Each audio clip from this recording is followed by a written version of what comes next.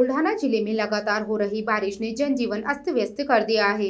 नदियां नाले उफान पर हैं और इसी बीच शहर के क्रीड़ा संकुल परिसर में एक घर पर बिजली गिर गई, जिससे लाखों का नुकसान हुआ।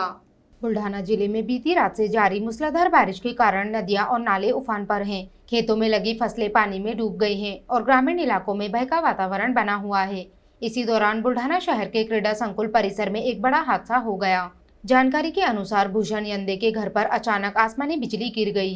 इस घटना से आसपास के लोगों में दहशत फैल गई। बिजली गिरने के कारण घर को गंभीर क्षति पहुंची है और घर के अंदर रखे विद्युत उपकरण पूरी तरह जल गए हैं। टीवी, फ्रिज और अन्य इलेक्ट्रॉनिक सामान जलकर राख हो गए। अनुमानित नुकसान लगभग 3 लाख रुपए बताया जा रहा है। सौभाग्य से इस घटना में किसी प्रकार की जनहानि नहीं हुई। घटना की जानकारी मिलते ही तहसीलदार गणेश सिंह राजपूत तुरंत घटनास्थल पर पहुंचे और पंचनामा तैयार किया। फिलहाल प्रशासन ने नुकसान का आकलन किया है और राहत कार्यवाही पर विचार चल रहा है। लगातार हो रही बारिश और बिजली गिरने की घटनाओं से लोग सहमे हुए हैं और प्रशासन से प्रभावी कदम उठाने की मांग कर रहे हैं।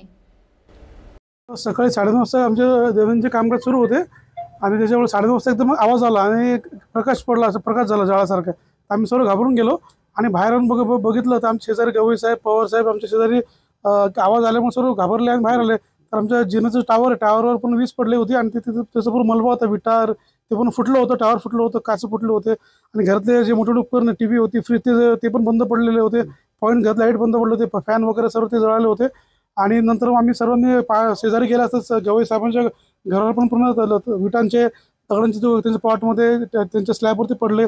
पवार साहेबांच्या घरी पण ते लाईट त्यांच्यावर टीव्ही उडला त्यांचा आणि या प्रकारे सर्व घाबरले, भीती निर्माण झाली सर्वांच्या आमच्या मनावर साहेबांच्या। आज त्यांच्या घराचा पंचनामा केला असता त्यांच्या घरातील इलेक्ट्रिक फिटिंग ब्लास्ट झालेली आहे, टीव्ही चालू नाही, फ्रीज चालू नाही, त्यामुळे त्याचा पंचनामा पंच समक्ष करण्यात आला।